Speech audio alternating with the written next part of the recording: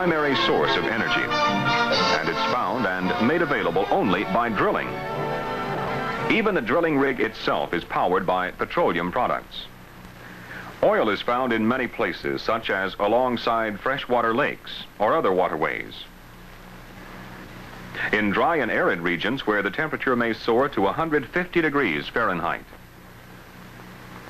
Or in the frozen Arctic, where the temperature drops to 75 degrees Fahrenheit below zero. Oil is also found high in the western plains or in the swamplands. Even in the ocean depths beyond the sight of land. In all rotary drilling operations, a fluid of some type must be used to remove the cuttings. Wells occasionally are drilled using air or gas. However, most employ water or oil as a drilling fluid. Both oil and water-based fluids are called muds, and a vast majority of the muds currently being used are water-based muds. Clays, barite, chemicals, and other materials are used in the water-based muds. The materials are supplied to the thousands of drilling rigs throughout the world by trucks, boats, and planes. This model rotary drilling rig shows how the drilling mud travels through the system while circulating. The suction pump takes the mud from the suction pit under pressure and passes it through the surface lines, up the standpipe, through the rotary hose, swivel and Kelly, down the drill string, and out through the bit on the bottom of the hole. There it travels outside of the drill string, up the hole, and returns to the flow line. It then passes over the shale shaker where part of the drilled solids is removed and is returned to the mud pits. The cleaner mud is recycled throughout the system. The mud performs many important functions such as cooling and lubricating the drill bit, speeding up the rate of penetration by jet action, which cleans the bottom of the hole. It carries the cuttings back to the surface and builds a wall cake on the face of the well bore to protect the formation. It also suspends barite, which adds weight to the mud, allowing it to contain formation pressures. Cuttings are held in suspension when circulation is interrupted, as well as being released when they reach the surface. Before starting to drill a deep well, pre-planning can avoid many of the problems that occur in today's search for petroleum. For the mud portion of the drilling program, the operator or contractor may simply request a mud company to present a complete drilling mud program. A much better practice is to have a program made up by all the various people concerned.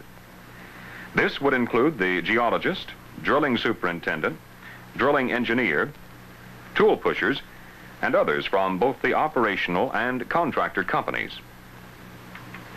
A general plan is decided upon: casing depths, mud densities, mud types, and other drilling specifications. The drilling rig is moved onto location and rigged up. Mud materials are delivered prior to spudding in and are stored in bulk hoppers or sacks. The spud mud or starter mud is made up, starting with clear water in the pits, with clay being added later through the hopper to the water to reach the desired viscosity. Frequently, water alone is used to start the well, and the formation solids make a good enough mud to drill the upper hole. The bit is lowered and the drilling begins. Although generally water is plentiful, having sufficiently good makeup and treating water may sometimes cause a problem and may need to be trucked in to the well site. Fresh water is desirable and may be pumped to the location from a stream or supplied by water wells drilled near the location. On offshore locations, brackish or seawater is also used and may be obtained by dropping a suction hose over the side and pumping the water into the tanks. Proper mud weight and viscosity are maintained by the derrick man to ensure hole cleaning. The derrick man checks the mud weight or density with a mud balance. The mud weight is generally reported in pounds per gallon, pounds per cubic foot, or specific gravity. Densities may run from 8.5 to 9 pounds per gallon at shallow depths. He also checks the viscosity with a Marsh funnel and records it in seconds per quart. Occasionally, the viscosity will need to be raised as drilling progresses to improve the carrying capacity of the mud. The driller tells the derrick man to increase the funnel viscosity to 40 seconds per quart. Clay, such as bentonite, is used for this purpose, as well as to produce sufficient viscosity to suspend barite, a material used to increase mud density. Bentonite is a special type of clay, probably originating from volcanic ash that was laid down in shallow inland seas. After much geologic time, it developed its unique properties. The finest known deposits in the world are found in Wyoming, where extensive deposits occur in wide bands. These deposits are removed by strip mining. It's a soft, waxy material in its crude form and can easily be cut with a knife. More than 1 million tons of the material are mined and processed annually. After mining, it is conveyed to the dryer. Then it is ground, sacked, and distributed to the suppliers. Bentonite serves 3 purposes: to produce viscosity, give gel strength to the mud, and to decrease water loss. It has the unique property of hydrating or taking up water. Here, a piece of crude bentonite is placed in one beaker and a piece of shale the same size in another. After several hours, the bentonite has swelled to about 8 to 10 times its original volume, whereas the shale has changed but very little. After several days of drilling, the well has reached a depth of 6,500 feet. At these deeper depths, modern drilling generally requires that more extensive physical testing be done by a mud engineer to ensure the proper treatment of the mud. On land locations, well-equipped car laboratories are used for this purpose. In addition to checking the mud density and funnel viscosity, the mud engineer checks the viscosity on a rotational viscometer, or VG meter. From this information, he can determine the apparent viscosity, plastic viscosity, and yield point of the mud. This information is helpful in mud treatment. He places a thermometer in the fluid.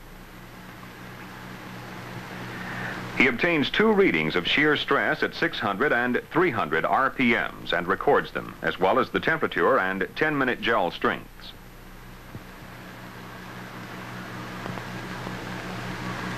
While waiting to take the 10-minute gel strength, the mud engineer starts a filtration test to obtain information relative to the amount of fluid loss.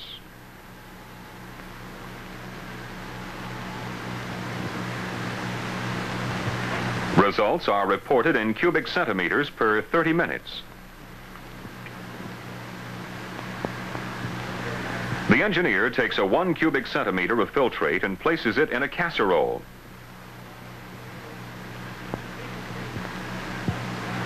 He then adds distilled water.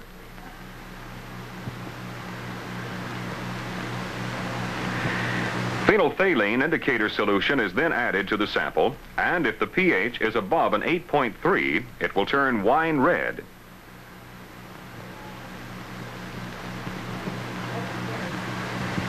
He then uses a pipette containing 0.02 normal sulfuric acid and adds this to the sample.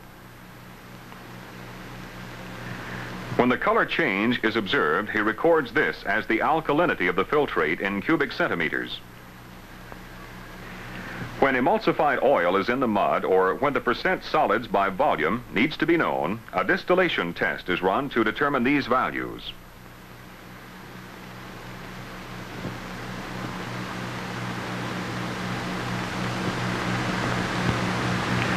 The test requires about 20 minutes to perform.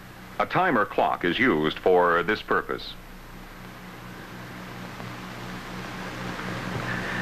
The oil content is an important factor in helping maintain desirable lubricating and filtration properties of the water-based mud.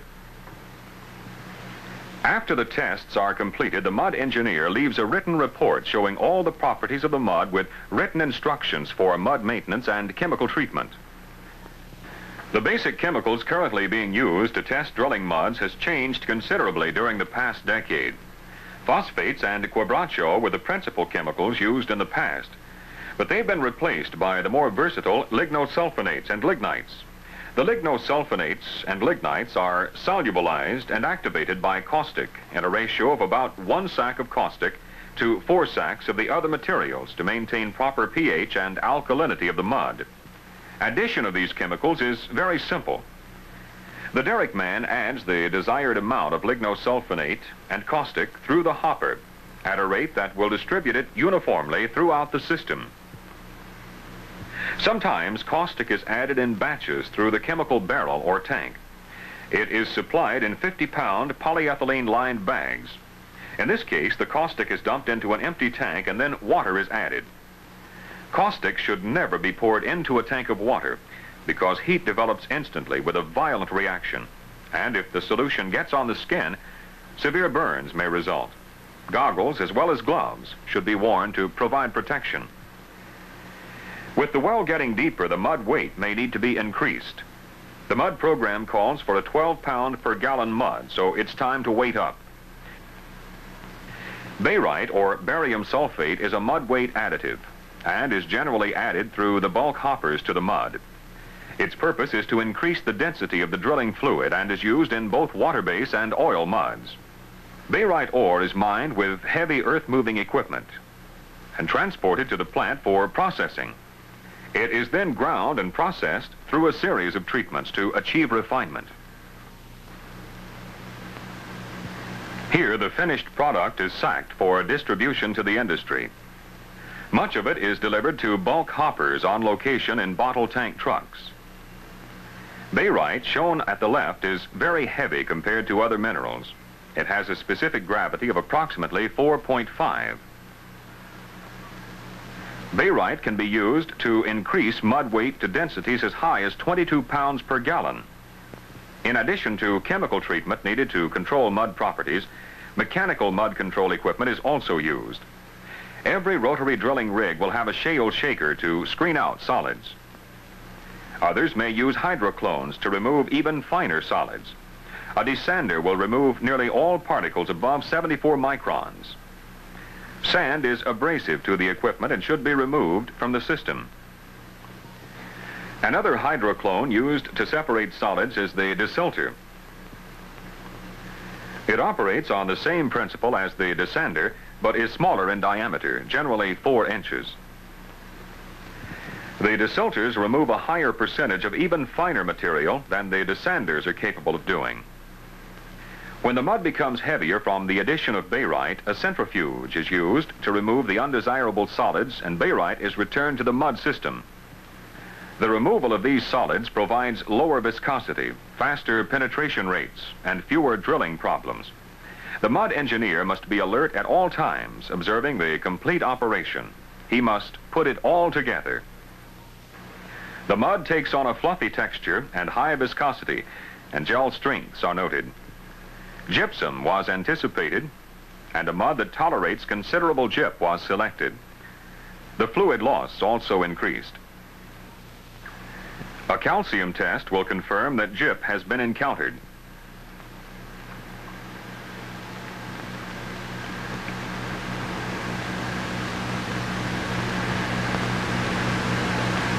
A Manver indicator gives a reddish wine color if calcium is present.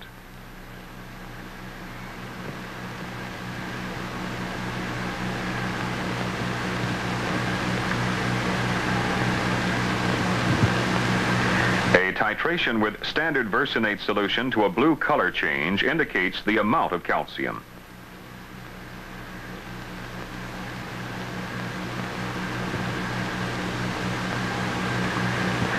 The number of cubic centimeters has determined it to be 400 parts per million.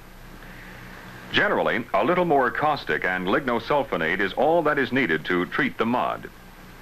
Cycling the mud with the recommended treatment has restored good mud condition, and drilling proceeds.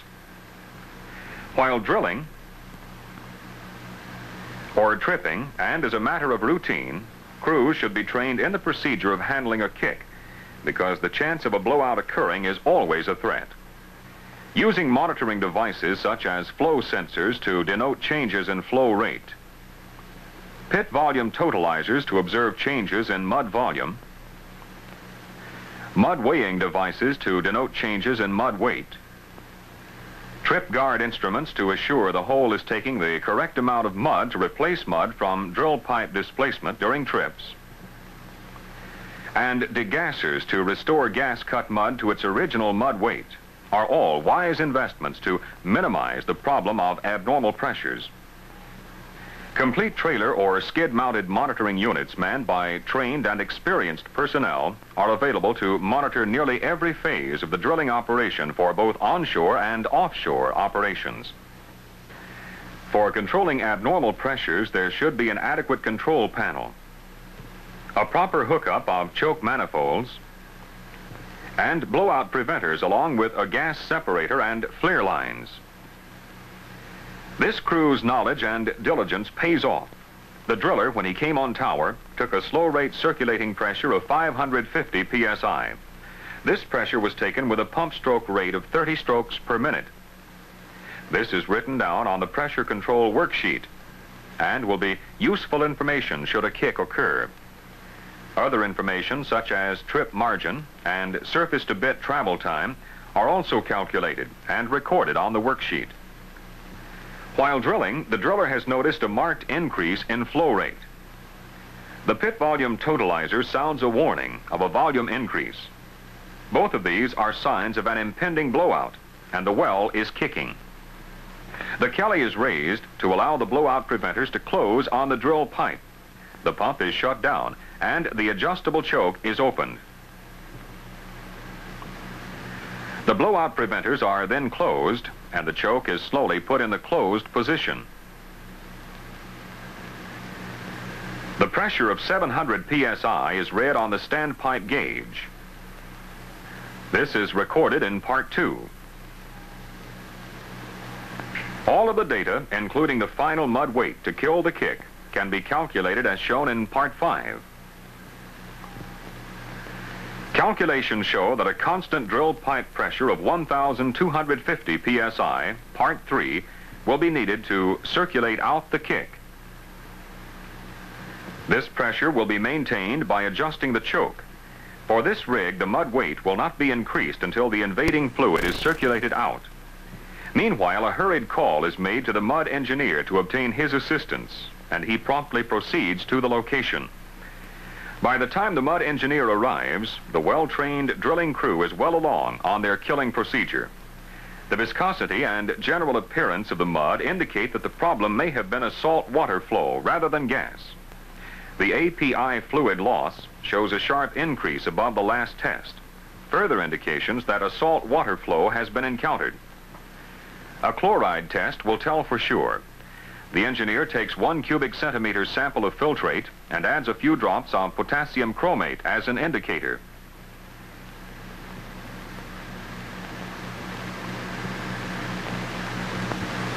Titrating with standard silver nitrate to an orange color shows the chlorides have increased to 6,000 parts per million. This confirms that the kick was a saltwater flow. Quick action by the crew has prevented serious contamination of the entire system. Reconditioning the mud will not be difficult. After the mud has been reconditioned, drilling proceeds again. Better drilling techniques, such as going into the hole more slowly to avoid pressure surges, will eliminate many cases of lost circulation. Better pressure interpretations from logs have led to more accurate control of mud weight, as well as choice of casing seats, to further eliminate lost circulation problems. But lost circulation can and still does occur. From the pit volume totalizer, the driller has noted that the volume of mud in the pits is decreasing. Mud pits can go dry awfully fast when lost circulation or loss of whole mud to the formation happens. Returns must be restored before drilling can begin. Many cases of lost returns will be corrected if the pump is slowed down to reduce bottom hole circulation pressure, or if the bit is pulled up into the last string of casing and drilling ceases for a period of time. Frequently, when no abnormally pressured formations are present, some companies have a standing order to make a trip. This allows time for the hole to seal itself. In this case, the waiting period did not cure the problem, and it was decided to locate the point of loss by a survey and spot a batch of lost circulation material at that point. Many types of lost circulation materials have been used, such as fibrous materials and flake materials, perlites and nutshells, along with many others. The most successful plug consists of a high fluid loss slurry coupled with lost circulation materials of correct particle size distribution. On this job, a high fluid loss slurry made of saltwater clay and diatomaceous earth carrying lost circulation material was used and squeezed under pressure into the thief zone to cure the loss. Drilling proceeds normally. In ever-increasing numbers, deep, complex jobs are using oil muds for maximum protection and efficiency. Oil muds may contain from 2% to 50% water by volume. The external phase is oil. Oil muds have been subjected to the most severe tests of any mud known today. In the laboratory, they've been tested under high temperatures and pressures to determine their stability. Such muds will be used for the deeper drilling operations of the future. From the muddy waters used at Spindletop at the turn of the century to the scientifically prepared fluid of today, research has played an important part. Research is still being carried on to develop new products, new techniques, and to learn more about drilling problems and their solution. Particle size distribution of drilling fluids are studied using the Coulter counters. With this instrument, it's possible to determine how the mechanical devices needed to remove solids are working relative to their efficiencies, an important factor for reducing mud costs. Atomic adsorption spectrophotometers are used to detect cations in solution and to determine the quantity. Makeup and treating waters as well as mud filtrate are frequently tested with this instrument. X-ray emission spectrometers and diffraction spectrometers are used to determine the presence of specific elements in compounds. These instruments are being used to study shales and for many other purposes as well. The real proof of the product is on the job, in the field. Here, good equipment, operated by trained personnel, provide efficiency, safety, and economy. Well-arranged mud tanks with safe walkways and work platforms speed the work and prevent accidents. Bulk tanks and hoppers provide convenient storage and handling facilities that speed up the work and ease the load. For at least 2 decades, oil companies, drilling contractors, mud companies, and public educational agencies in the United States and the American Petroleum Institute and the International Association of Drilling Contractors have worked together to give not only engineers but field men basic training in drilling fluid techniques. In addition, training has also been given to engineers from every oil-producing country in the free world. From the study and analysis of rotary drilling fluids, which was once regarded only as a means of bringing rock cuttings to the surface, has developed the realization that the type of drilling fluid used and its treatment is one of the major factors in the success or failure of the drilling operation.